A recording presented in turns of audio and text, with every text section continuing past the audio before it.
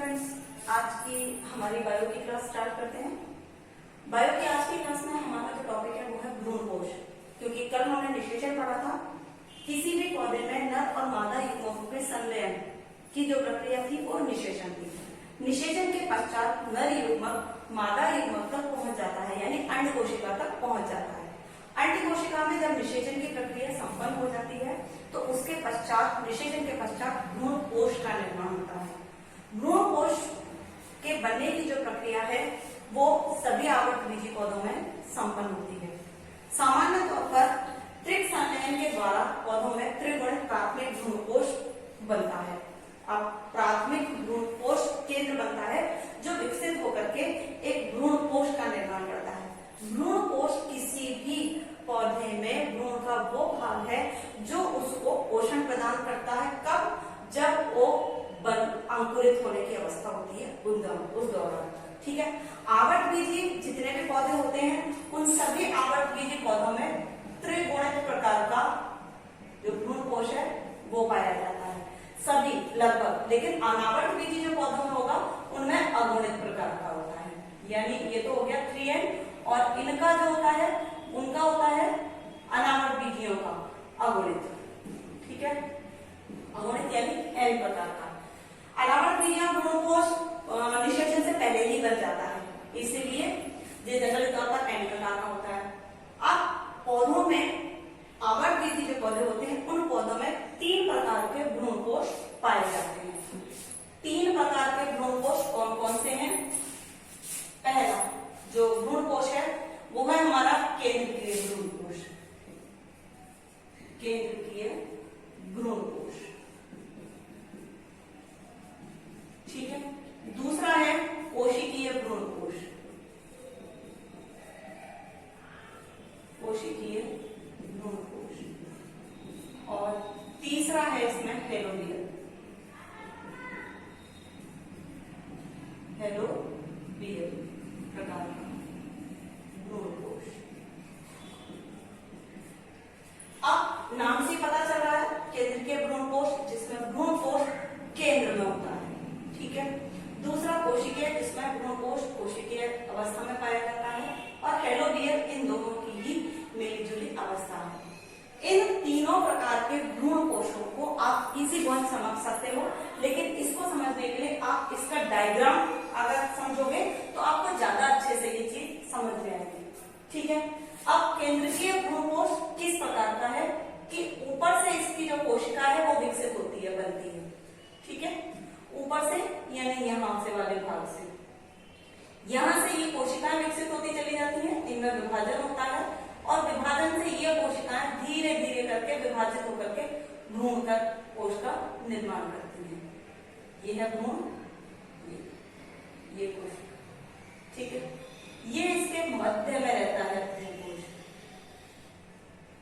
इसका जो एग्जाम्पल है वो है नारियल। सबसे अच्छा जो एग्जाम्पल है नारियल, मेरे हिसाब से आप सभी ने खाया होगा। वो सूखा वाला नहीं, मैं गीले वाले नारियल की बात कर रही हूँ। सभी ने खाया भी होगा और देखा भी होगा। जब आप उसको नारियल को तोड़ते हो तो उसके ऊपर जो कठोर आवरण होता है उसके बाद अंदर उसमें पानी भरा रहता है नारियल वाले भाग में। वो नारियल का जो पानी आप पीने के लिए काम में लेते हो वो इसका भ्रूणकोश वाला भाग है। इसमें ये है भ्रूणकोश, ये इसकी रिक्तिका है।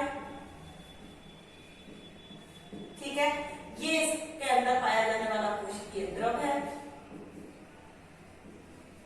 क्योंकि आपने देखा होगा नारियल में सूखा हो चाहे गीला, सूखा जाता है तो वो तेल के रूप में निकलता है, और गीला रहता है तो ये दूधिया होता है। आप इसको बारीक अगर पीस करके और अगर इसको आप देखो तो दूध जैसा पदार्थ इसमें से निकलता है जो कोशिकीय द्रव्य के रूप में होता है। और ये जो आपको संरचना दिखाई दे रही है ये स्वतंत्र, ये है स्वतंत्र केंद्रक। स्वतंत्र केंद्र के मुक्त अवस्था में पाए जाते हैं। ये संरचना है केंद्रीय भ्रूणकोश की।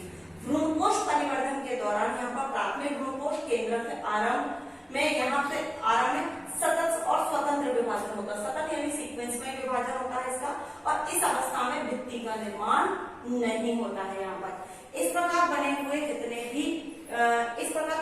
जितने भी भ्रूणकोश होंगे उनमें परिधि पर विन्यासित होते चले जाते हैं, यानी यहाँ पर दी से बढ़ते हुए चले जाते हैं और मध्य में एक बड़ी रिक्तिका बन जाती है। ये जो खाली भाग आपको दिखाई दे रहा है। कुछ केंद्रक विभाजन के पश्चात प्रत्येक केंद्रक के चारों ओर भी भित्ति का निर्माण हो जाता है। इस प्रत्येक जिसके अंदर जितने भी केंद्र होंगे उनके चारों ओर एक भित्ति का निर्माण हो जाएगा एक आवरण के रूप में, ठीक है। और जैसे भित्ति का निर्माण होगा उसमें कोशिकीय संरचना में यह विभाजित होता चला जाएगा। इसके भ्रूणकोश में द्रव्य भरा हुआ होता है। यहाँ पर हमें मिल रहा है कोशिका द्रव्य भरा हुआ होता है और इसमें लगभग अधिकांशतः जो आवर्तबीजी पौधे हैं उनमें 56% लगभग पौधों में इसी प्रकार का भ्रूणकोश पाया जाता है। इसका जो मेन एग्जांपल मैंने अभी आपको बताया था नारियल, इसमें भ्रूणकोश में एक द्रव्य भरा रहता है जिसमें कुछ केंद्रक तैरते रहते हैं। ये आपको जो दिखाई दे रहे हैं यहाँ पर केंद्र, ठीक है। इस द्रव्य से ही भ्रूणकोश कहते हैं। यहाँ पर ये वाला जो भाग है यही भ्रूणकोश वाला भाग है और ये उस समय उसको पोषण प्रदान करेगा भ्रूण को जब उसमें अंकुरण होता है। अंकुरण की अवस्था में ये भ्रूणकोश वाला भाग उस भ्रूण की सुरक्षा भी करता है, उसको पोषक प्रदान भी करता है। उसके अंदर विभिन्न प्रकार के एंजाइम्स, वसा, कार्बोहाइड्रेट और प्रोटीन होते हैं जो उनको पोषण प्रदान करने में सहायक होते हैं। दूसरा आपका जो डायग्राम है वो है कोशिकीय भ्रूणकोश का, ठीक है। कोशिकीय भ्रूणकोश की संरचना थोड़ी सी अलग है इससे, ठीक है। ज्यादा डिफरेंस नहीं है लेकिन थोड़ी सी डिफरेंस तो है। इस प्रकार की इसके अंतर्गत संरचना पाई जाती है। यह कोशिकीय प्रकार का भ्रूणकोश है। इसकी सबसे जो खास बात है संरचना कुछ लगभग उसी प्रकार की है कि यहाँ से इसमें इस प्रकार के भ्रूणकोश में परिवर्तन प्राथमिक भ्रूण में चूष्कांग निकलते हैं, चूष्कांग होते हैं जिसके कारण ये इसके जो भ्रूणकोश है उससे आसानी से पदार्थों को अवशोषित करने में सहायता भी रहती है। यहाँ पर कोशिका का जो विभाजन है वो निरंतर और लघुवत तरीके से हो जाता है। ये इसकी पूरी तरीके से इसमें चारों तरफ इसमें ये संरचना पाई जाती है और यहाँ पर इसका जो मध्य वाला भाग है वो छोटे छोटे खंडों में यानी कोशिकाओं में विभाजित हो जाता है। ये इस तरीके से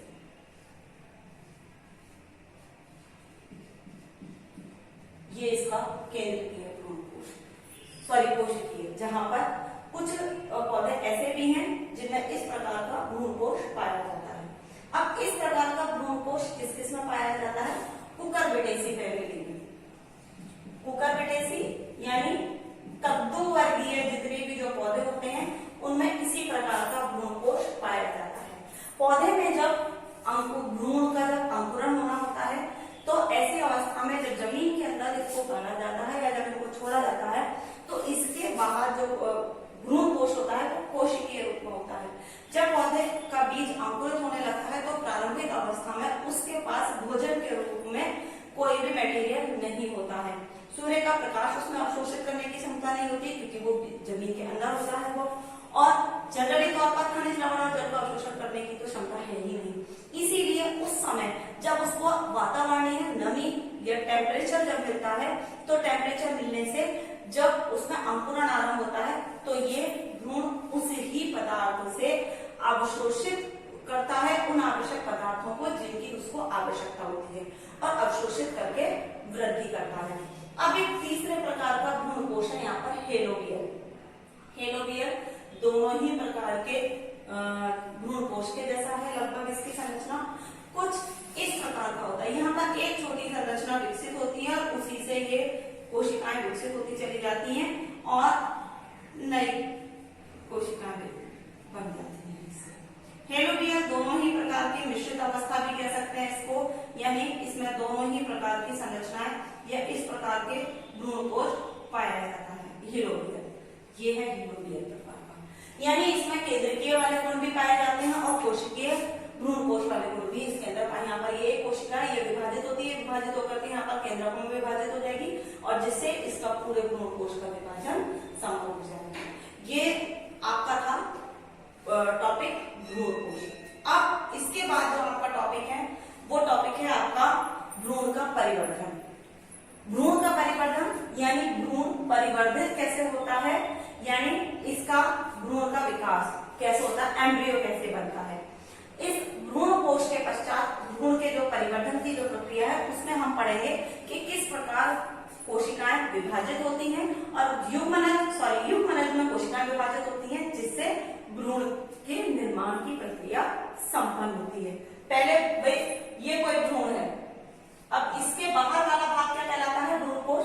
हमने निषेचन में आपको बताया था, दोहरा निषेचन जब पौधों में होता है तो एक नर जो युग्मक होता है उसके विभाजन से क्या बनता है, भ्रूण का निर्माण बनता है। दूसरे से किसका निर्माण होता है, बाहरी भाग यानी भ्रूण कोश का। तो पहले किसका निर्माण हुआ है, यहाँ पर भ्रूण का। अब जब भ्रूण कोश का निर्माण हो गया तो अब इस भ्रूण के परिवर्तन की प्रक्रिया भी संपन्न होगी। और ये कब संपन्न होती है, जब युग्मनज का कंप्लीट निर्माण होता है। तो युग्मनज में जब विभाजन होता है तो विभाजन के पश्चात इसका निर्माण होता है। ठीक है,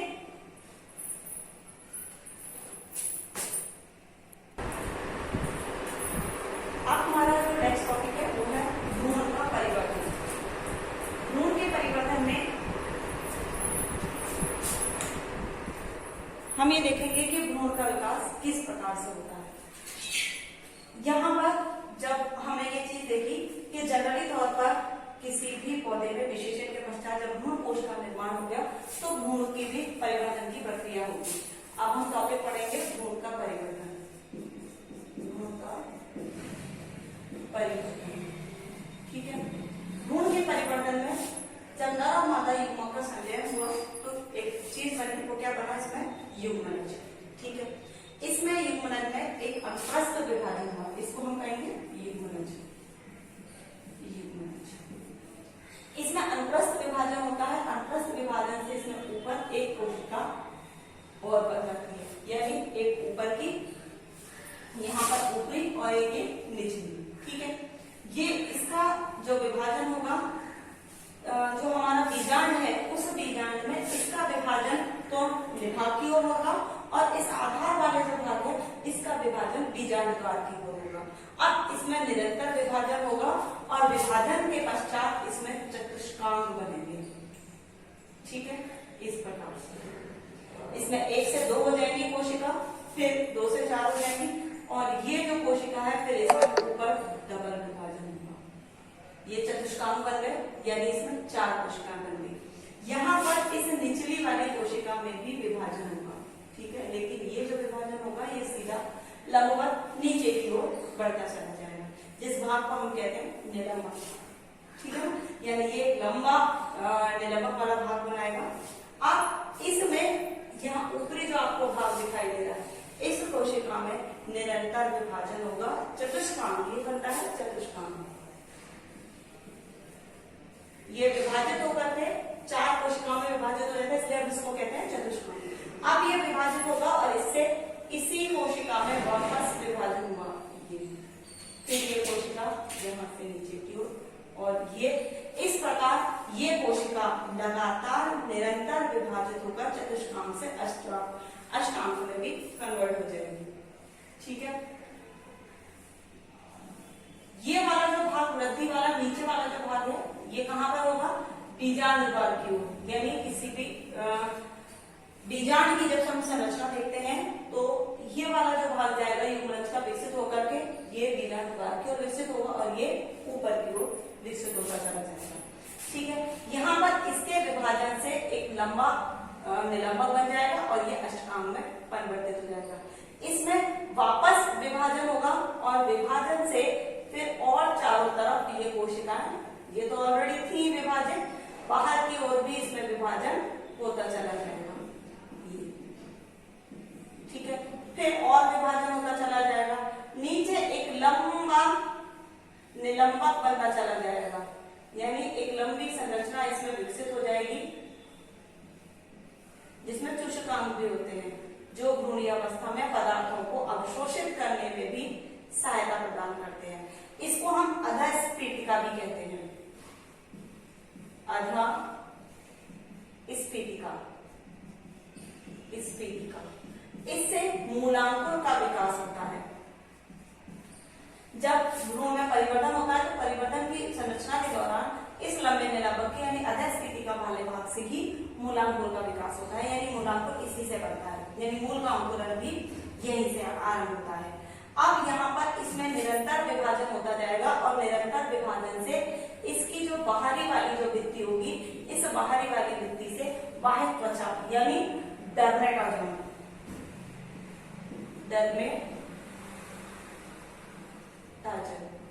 ये बाहरी भाग से, और आंतरिक जो इसका जो भाग होगा उससे आंतरिक परत का निर्माण होगा। इसको हम कहते हैं प्राकभ्रूण, ये वाला जो भाग है इसको कहते हैं प्राकभ्रूण।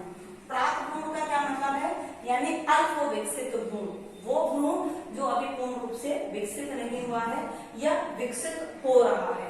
अब धीरे धीरे करके ये जो संरचना आपको दिखाई दे रही है यहाँ पर, ये संरचना पूरी संरचना एक हृदय आकार की संरचना में परिवर्तित हो जाएगी, कुछ इस तरीके से। और वही इसमें छोटे छोटे जो खंड है, कोशिकाओं के जो विभाजन है वो भी इसमें निरंतर होता रहेगा, जिससे इसके छोटे छोटे खंड बनते चले जाएंगे। ये जो विभाजन है ये निरंतर कब तक होगा, जब तक कि इसका पूर्ण रूप से विभाजन होकर के भ्रूण का विकास नहीं हो जाता, या भ्रूण के जो विकास की जो प्रक्रिया है जब तक वो संपन्न नहीं होगी तब तक ये विभाजन निरंतर होता ही रहेगा। ठीक है, इस तरीके से इसमें पूरे में कोशिकाएं विभाजित है, छोटी छोटी कोशिकाओं का एक खंड जैसा बन जाएगा ये भाग, और इसमें जैसे जैसे कोशिकाएं विभाजित होंगी इसी प्रकार यहाँ पर भी एक लंबा निलंबक बनता जाएगा और ये भी निरंतर लंबाई में बढ़ता जाएगा। ठीक है, इस खंड को भी देख लेते हैं, यहाँ पर ये भी निरंतर विभाजित होता चला जाएगा। अब ये जो आपको यहाँ पर इसमें संरचना दिखाई दे रही है, हृदय के आकार की संरचना, इसका जो बाहरी आवरण है जिसको हमने आपको बताया था बाह्य आवरण, या इसको डर्मेटाजन भी कहते हैं। ठीक है, और ये आंतरिक जो नीचे वाला जो भाग है, नीचे की जो परत है, इनको कहते हैं पेरिनम। अब इसमें जैसे जैसे निरंतर विभाजन होता चला जाएगा तो इसके निरंतर विभाजन के साथ साथ इसमें ये निलंबक वाला भाग भी बनता चला जाएगा, जिसमें चूषिकांग मौजूद होते हैं। ये चूषिकांग पदार्थों को अवशोषित करने में सहायता प्रदान करते हैं कि भ्रूणीय अवस्था के दौरान इसके द्वारा उन पदार्थों को अवशोषित किया जा सके जो पदार्थ इनके लिए आवश्यक हैं। ठीक है, अब इस हृदय आकार की संरचना में ये जो आपको संरचना दिखाई दे रही है ये धीरे धीरे करके लंबी और बड़ी हो जाएगी और ये कुछ इस तरीके से विकसित हो जाएगी। यहाँ पर इस तरीके से इसमें पूरे में छोटे छोटे खंड है। अब मैं खंड अगर इसमें बनाने बैठूंगी तो अब बहुत लंबा टाइम लग जाएगा इसको डायग्राम को ड्रॉ करने में। यहाँ पर ये जो संरचना है इसमें छोटे छोटे खंड है, आप बुक से इसको एक बार कंसल्ट कर लेना। ये ऐसी ही संरचना है, बस इसमें ये वाली जो उभार वाली संरचना है ये दोनों ये बड़े हो जाते हैं और बड़े होकर के ये किसका निर्माण करते हैं। यहाँ पर ये वाले दोनों भाग बीज पत्र का निर्माण। आपने पढ़ा होगा कि द्विबीजपत्री और एक बीजपत्री दो प्रकार के पौधे होते हैं। यहाँ पर ये द्विबीजपत्री पौधे में दो पत्र का निर्माण, क्योंकि हम यहाँ पर आवर्तबीजी पादप की पढ़ रहे हैं यहाँ पर संरचना, तो यहाँ पर जनरली तौर पर ये बीज पत्र का निर्माण करते हैं। ठीक है, अगर द्विबीजपत्री पादप है तो दो का होगा, एक बीजपत्री पादप है तो एक का निर्माण होगा। ठीक है, अब ये इस तरीके से इसमें संरचना बनती चली जाएगी, ये कोशिकाएं विभाजित होती चली जाएगी और इनका आकार जो है वो बढ़ जाएगा। ये कोशिकाएं जैसे जैसे ऊपर बढ़ेगी ऐसे ऐसे इसमें नीचे का जो लंबक है ये लंबा होता चला जाएगा, ये लंबा निलंबक और ये संरचना इस तरीके से। अब ये जो संरचना है इसकी, इस संरचना के दौरान यहाँ पर ये जो आपको संरचना दिखाई दे रही है ये निलंबक है, ये भ्रूण का उसका भाग है, ये इसके दो बीज पत्र हैं। इन बीज पत्रों में यहाँ पर बीच में एक भाग विकसित होने लगता है। इस बीज वाले भाग से दो बीज पत्रों के बीच से ही मूलांकुर का विकास होता है। अंकुरित जब आप चने या दाल अंकुरित करते हो तो उनके अंकुरन ऊपर का जब आवरण आप हटाते हो तो देखते हो दो बीज पत्रों के बीच में से ही वो जो मूलांकुर है वो उसमें से विकसित होती है। पौधे में सबसे पहले अंकुरण के दौरान मूल का विकास होता है, उसके बाद प्रभु का विकास होता है। यानी मूल वाले भाग से मूल तंत्र विकसित होगा, प्रभु भाग से प्रभुतंत्र यानी ऊपर का तने वाला भाग विकसित होगा। अब इस संरचना को मैं एक बार आपको पूरे बीजांड की संरचना के दौरान आपको एक रफली डायग्राम के थ्रू इस चीज को समझा देती हूँ। ये संरचना जो है वो आपने बीजांड की जो संरचना आपने पढ़ी थी वो आपको थोड़ी बहुत मेरे हिसाब से ध्यान में होगी। बीजांड की जो संरचना थी उसी संरचना में मैं आपको ये संरचना दिखा रही हूँ। ठीक है, बीजांड इस तरीके से विकसित का पूरा। ठीक है, यहां से ये। ठीक है, इसकी जो आंतरिक संरचना है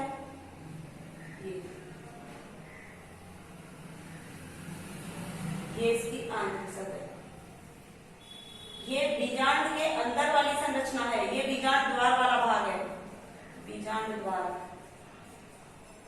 ठीक है, ये वाला भाग इसका निभाग वाला भाग है। अब मैं आपको इसमें बीजांड में इसलिए समझा रही हूँ क्योंकि यहाँ पर आपको इजी गोइंग ये पूरी स्ट्रक्चर इसकी समझ में आ जाएगी। ठीक है, ये इसका अंदर वाला भाग जहां पर अंडाशय था। ठीक है ना, अंडाशय वाली संरचना, क्योंकि अंडाशय में जब युग्मनज बन जाता है निषेचन के पश्चात पूरी जो प्रोसेस यहाँ पर हमने दिखाई है ये पूरी प्रोसेस इसी के अंदर कंप्लीट होती है।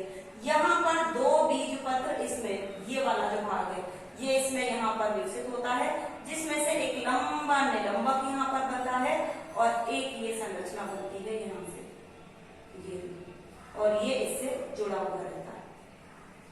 ठीक है, और इन दोनों भागों को हम यहाँ क्या कहते हैं, बीज पत्र। ये दोनों भाग कहलाते हैं बीज पत्र। और यही बीज पत्र किसका निर्माण करते हैं आपको पता हो तो जो जैसे मटर वगैरह जो होती हैं, चने वगैरह होते हैं, उनके दोनों साइड के जो बीज के भाग होते हैं उनको हम बीज पत्र कहते हैं। यहाँ बीज वाले भाग से मूल अंकुर का विकास होता है। ठीक है, यानी मूल का जो अंकुरण होता है वो इस वाले भाग से ही होता है।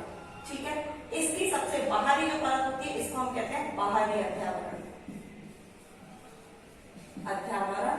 और आंतरिक वाला जो भाग है इसको हम कहेंगे, आंतरिक वाले भाग को आंतरिक अध्यावरण या इंटरनल लेयर, आंतरिक अध्यावरण।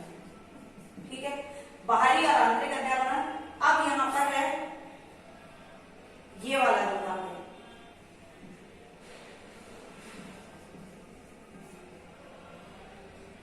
ये बीजांडकार है, बीजांडकार, ये बीजांडकार वाला भाग। ये दोनों बीज पत्र हो गए, ये वाला भाग निलंबक का हो गया लंबा, ये निलंबक। ठीक है, ये आपका निभागीय वाला भाग, ये है निभाग। इस प्रकार इस एक भ्रूण का विकास इस पूरे बीजांड के अंदर होता है और ये धीरे धीरे दो भागों में विकसित हो जाती है, जिससे दो बीज पत्र विकसित हो जाते हैं और बीज पत्र बन जाते हैं। इस प्रकार एक भ्रूण का निर्माण होता है जिससे पौधों में बीज पत्राधारित बीज के बाहर का जो आवरण है उसका निर्माण होता है, जिनको हम कहते हैं बीज पत्राधार। अब बारी आती है बीज का परिवर्धन। किसी भी पौधे में द्विनिषेचन के पश्चात भ्रूण कोश में भ्रूण और भ्रूण कोश का परिवर्तन होता है और उसके बाद ही संपूर्ण बीजांड और एक बीज के रूप में विकसित हो जाता है। इस समय बीजांड में अनेक परिवर्तन होते हैं और बीजांड में उपस्थित दोनों अध्यावरण बीजावरण बन जाते हैं, जिसमें बाहरी वाला जो अध्यावरण होता है उससे टेस्टा बनता है और आंतरिक वाले अध्यावरण से टैगमेन बनता है। अगर हम भ्रूण कोश की उपस्थिति के आधार पर इनको विभाजित करें तो ये दो प्रकार के होते हैं बीज होते हैं। एक तो अभ्रूणपोषी होते हैं, वो बीज जो पूर्ण रूप से भ्रूण कोश को अवशोषित कर लेते हैं या ग्रहण कर लेते हैं या उसका उपयोग कर लेते हैं, वो कहलाते हैं अभ्रूणपोषी। अभ्रूणपोषी में क्या आता है, मटर, मूंगफली, चने, ये अभ्रूणपोषी के अंतर्गत आते हैं। और भ्रूणपोषी के अंतर्गत वो बीज आते हैं जिन बीजों में भ्रूण परिवर्तन के पश्चात भी भ्रूण कोश बचा रह जाता है। ऐसे बीज क्या कहलाते हैं, भ्रूणपोषी, जिनको हम क्या कहते हैं, मक्का, बाजरा, जो ज्वार, इस तरह के जो पौधे होते हैं या जो बीज होते हैं उनको हम कहते हैं भ्रूणपोषी। अब है फल का विकास। इस परिवर्तन की प्रोसेस के पश्चात निषेचन के बाद अंडाशय एक फल के रूप में विकसित हो जाता है। किसी भी पौधे का पूर्ण रूप से विकास तब माना जाता है जब उस पौधे में फल विकसित होता है। अब जनरली तौर पर जितने भी जो पौधे होते हैं उनमें अंडाशय वाले भाग से ही फल बनता है। आवृतबीजी पौधों की ये विशेषता होती है कि अधिकांश पौधों के अंडाशय वाले भाग से ही फल विकसित होता है, लेकिन कुछ पौधे ऐसे भी होते हैं जिनमें अंडाशय वाले भाग से फल विकसित नहीं होता। जिनमें अंडाशय वाले भाग से फल विकसित होता है वो सत्य फल कहलाते हैं, जिनको हम कहते हैं ट्रू फ्रूट यानी सत्य फल। और कुछ ऐसे होते हैं जिनमें पौधे के किसी दूसरे भाग, अंडाशय के दूसरे भाग, जैसे उसकी पत्ती से फल विकसित हो रहा है, उसके पुष्पासन से फल विकसित हो रहा है, उसके दलपुंज से या उसके बाह्य दलपुंज से यदि फल विकसित हो रहा है तो उनको हम क्या कहते हैं? असत्य फल। असत्य फल का मैं आपको एक उदाहरण बता दूं, जो सेब है, एप्पल। एप्पल असत्य फल माना जाता है क्योंकि एप्पल यानी सेब आप सबने देखा भी है और खाते भी बहुत होंगे, बहुत से बच्चों का फेवरेट फ्रूट भी होगा, ठीक है, बचपन से पढ़ते आ रहे हैं फॉर एप्पल। ये एप्पल एक फॉल्स फ्रूट है यानी असत्य फल है क्योंकि इसका विकास अंडाशय से नहीं होता, इसका विकास होता है पुष्प के पुष्पासन से, इसीलिए इसको असत्य फल भी कहा जाता है, ठीक है। अब इसके पश्चात कुछ ऐसे भी फ्रूट्स होते हैं जिन का जनरली तौर पर अलग तरीके से, जैसे किसी के दलपुंज से या किसी के पुष्प की जो पंखुड़ियां होती हैं दलपुंज या बाह्य दलपुंज से भी विकास हो जाता है, लेकिन उनको भी हम क्या कहते हैं? असत्य फल, ठीक है। अब जनरली बात करते हैं हम नेक्स्ट टॉपिक की इसी के अंतर्गत, और वो हमारा नेक्स्ट टॉपिक है कि कुछ बीजों में निषेचन के पश्चात फल बनता है या निषेचन से बनता है, ठीक है, लेकिन कुछ ऐसे हैं जिनमें बिना निषेचन के भी फल बनता है, और ऐसे फलों को हम कहते हैं अनिषेचन, अनिषेकी फल, यानी जिनमें निषेचन नहीं होता, जैसे केले में नहीं होता, केले में बिना निषेचन के फल बन जाता है। अंगूर और पपीता भी कुछ ऐसे ही फ्रूट्स हैं जिनमें बिना निषेचन के फल का विकास हो जाता है, लेकिन एक खास बात और होती है कि पपीता और अंगूर में जो बिना निषेचन के बनते हैं उनमें बीज नहीं पाया जाता, यानी बिना निषेचन वाले जो फ्रूट्स होंगे उनमें सीड्स नहीं होता, केले में भी सीड्स नहीं होता। कभी कभी बिना बीज के फल उत्पन्न करने के लिए उनके ऊपर छिड़काव कर दिया जाता है प्रेरित हार्मोन का, जिससे फल कम बीज वाला या बिना बीज वाला विकसित होता है, उनको हम कहते हैं प्रेरित अनिषेक फलन, ठीक है। ये आपका फलन का टॉपिक कंप्लीट हुआ। अब चैप्टर का एक लास्ट टॉपिक है आपका पीढ़ी एकांतरण। किसी भी पौधे में उसके बीज के अंकुरण से लेकर उसके नए पौधे के विकसित होने तक की प्रक्रिया, ठीक है, उससे फल आने के पश्चात नए पौधे के विकसित होने तक की प्रक्रिया जो होती है वो पीढ़ी एकांतरण कहलाती है। अभी हमने जो आपको पूरी प्रोसेस इस चैप्टर में पढ़ाई, इस चैप्टर में हमने फ्लावर पढ़ाया, फ्लावर में पुंकेसर पढ़ाया, पुंकेसर से परागकोश होते हैं, परागकोश से हमने नर युग्मक का विकास बताया, नर युग्मक किस तरह विकसित होते हैं, लघु बीजाणु धानी से लघु बीजाणु कैसे बनते हैं, ये पूरी प्रोसेस हमने बताई। फिर बीजाणु काय से यानी बीजाणु धानी से कैसे मादा युग्मक का निर्माण होता है वो पूरी प्रोसेस बताई। नर और मादा युग्मकों के संलयन के पश्चात निषेचन की प्रक्रिया से कैसे युग्मनज बनता है और युग्मनज से किस प्रकार एक नए भ्रूण या बीज फल का निर्माण होता है, ये पूरी प्रोसेस हमने चैप्टर में पढ़ाई। इस पूरी प्रोसेस को ही पीढ़ी एकांतरण कहा जाता है, जिसमें एक पीढ़ी के पश्चात किसी दूसरी पीढ़ी के जन्म के लिए नए बीज तैयार होते हैं, ठीक है। आज ये चैप्टर आपका जो सेकंड चैप्टर हमारा चल रहा था ये आज आपका कंप्लीट, थर्ड चैप्टर आपका